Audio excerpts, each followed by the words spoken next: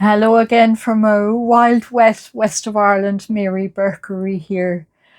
I continue to share some excerpts from my book that will be coming out soon. And this one is in the chapter on I called it emotional honesty, and how if it's a part of it, but how we need to learn how to be clean and clear with what we feel without collapsing or withdrawing or even attacking. So this is just a little piece. It doesn't capture the whole chapter, but it'll just give you a taste of what's to come. And I would welcome so much any comments, any feedback to me. It is a work of love, this book that's coming out. It will be my third book. It's here, I have it here on the left to read. It's not out as a book yet, so my eyes will be going back and forth. Somewhere in early life, many of us learn that feelings are unwelcome. Not because our caregivers are unkind, more likely they themselves never learned to sit into and be with their emotional landscape. A child cries, and instead of being held through the wave, they are told to stop, or in some cases, fed or a soother put into their mouth.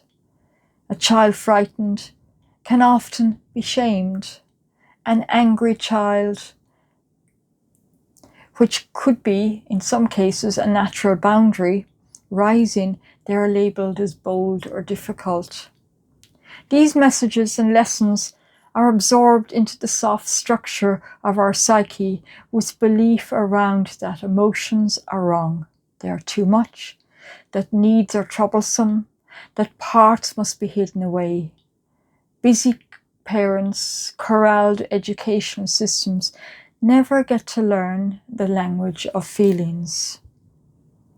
In Jungian language, these disowned emotions slip into what is called the shadow. Not because they are dark or bad, but because they've nowhere else to go. What is not a loud expression must go underground into what is called the subconscious or the unconscious. The child, eager to stay connected to adults on whom their survival and love depends, becomes quiet, works on self-abandonment, pushes away sadness, tightens around fear, swallows anger before it can even rise to the truth. The repression becomes a symptom. Jungian calls this the return of the repressed parts, such as the unspoken grief. It becomes addiction. The stifled anger becomes self-sabotage or passive aggression behaviors. This old longing becomes numbed or a constant feeling of being half alive. These emotions we were told to suppress return, seeking voice, not to harm us, but to cry help in many, and with the hope that it would guide us back to wholeness. Where can we go to learn the forgotten language of feeling in clear, uninhibited ways?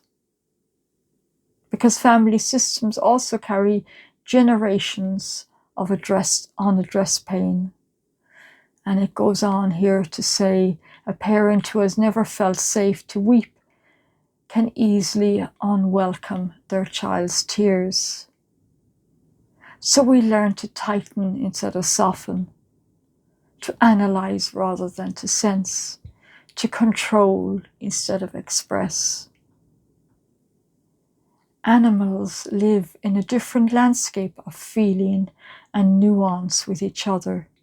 Creatures reflect a way to be with emotions as they come and how to feel them without censorship, shame, guilt, or repression.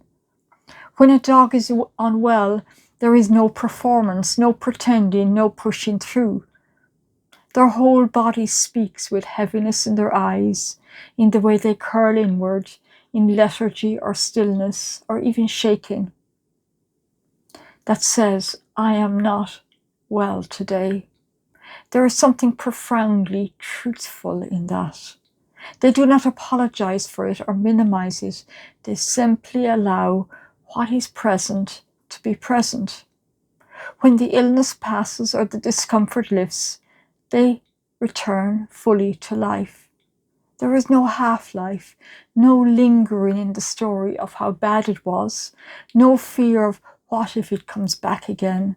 They are wholly in the new moment, tail wagging, body loose and joyous. They meet their day again with this uncomplicated openness. When dogs have a shuffle, there is no simmering resentment, no silent treatment afterwards. The moment passes through them. Once the boundary is set or the misunderstanding resolved, they shake their bodies as if literally releasing the tension, and they go back to companionship. They do not drag the conflict with them. In the wild, we see this form of emotional resonance over and over again. Wolves do this beautifully. A younger wolf may overstep with an elder. The correction is clear and swift, a growl, a rip, a firm posture. Yet the moment the message is received, the whole pack relaxes. There is no emotional distancing. The interaction is clean and complete. Elephants will stand beside a distressed calf for hours, forming a protective ring until calm returns. Wolves will gently lick or nudge a pup that is whining, neither dismissing or shaming, but acknowledging it and helping it move through. These animals model the very thing so many humans long for, a relational intelligence where emotion is not a problem to be solved, but more an experience to be met.